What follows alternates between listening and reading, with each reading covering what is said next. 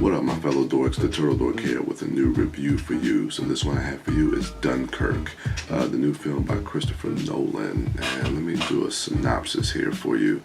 Let's see. Allied soldiers from Belgium, the British Empire, and France are surrounded by the German army and evacuated during a fierce battle in World War II. So yeah, I gotta say this movie was okay. I know I'll probably catch a lot of flack for that because people are loving this film, but I gotta say that I enjoyed the film, but the more and more I'm kind of removed from my experience of watching it, I think the more I kind of appreciate the film for what it was doing. It didn't really have that emotional resonance that I was looking for in this film. Now I do get that this movie, it definitely explores the horrors of war and what these men went through on the beach, kind of being pushed to the edge of this beach and really trying to evacuate and get home. And I think there's a lot of great filmmaking that's being done here, and Christopher Nolan has said that this film was more of an experiment than anything else. I think this is probably his most experimental film. There's not a lot of dialogue in this film at all, and you don't really get a lot of backstory that we normally get in movies like this. There's not a lot of backstory of character, and I think that's where a lot of maybe some of the criticisms come from a lot of people, is that they can't get invested into any of the different characters in this film. But that's not necessarily an issue too much for me personally. It was just something I wasn't really familiar. I wasn't expecting that going into this film. But I gotta say, the way that Christopher Nolan directs this film, the way that he uses time in this film, we have three separate stories where they all take place over. Now, first we have the mole pier, the beach, which is seen over the course of a week.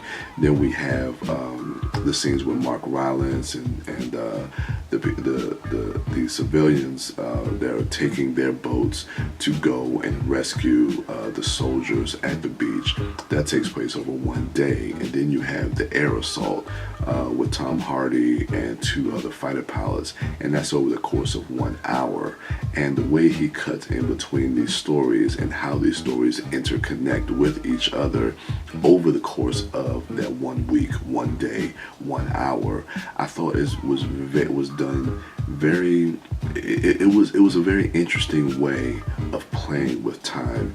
It wasn't really something that I kind of picked up on until maybe after I saw the film, because I saw when these stories interconnected, but I was always trying to kind of put the pieces together as I was watching the film, and sometimes that could be a little distracting when you're trying to kind of just focus on the character and focus on investing in the story. Again, like I said, it's not. I don't want to criticize that too much, because I really appreciated and thought that was a really intriguing way to tell a story. And I'm always for directors trying something different with film narrative, with telling a story, with the way they want to tell their stories. So yeah, but with that, it just didn't. It just wasn't something that kind of stirred up any type of anything in me to watch. It was definitely an intense film. It's one of those edge of your seat type of films where you're just kind of watching these three different stories, and I thought the score that Hans Zimmer really kind of accentuated a lot of that terror, a lot of those thrilling moments in this film. So yeah, I would definitely go say check this one out. If you're a history buff, if you're into kind of like experimental filmmaking, Christopher Nolan is doing some interesting things with this film. Regardless if the movie worked for me on an emotional level or being invested in the characters, I still think there's a lot of good things that are really coming out of this film. So I would definitely go. I would definitely say if those are things that you're interested in, definitely go check this out. So with that, I'm going to probably give a grade, probably just a solid B. I'll probably give this an 80 out of 100. So yeah, those are my initial thoughts for Dunkirk, the new film by Christopher Nolan. Let me know what you thought of the film in the comments below. Go ahead, rate, like, subscribe, and share. And go ahead and check out my other dorks at MouthDork, at TheDiscoDork, and at Sidewalk Siren. And as for me, I am the Turtle Dork, and with that, I'm out.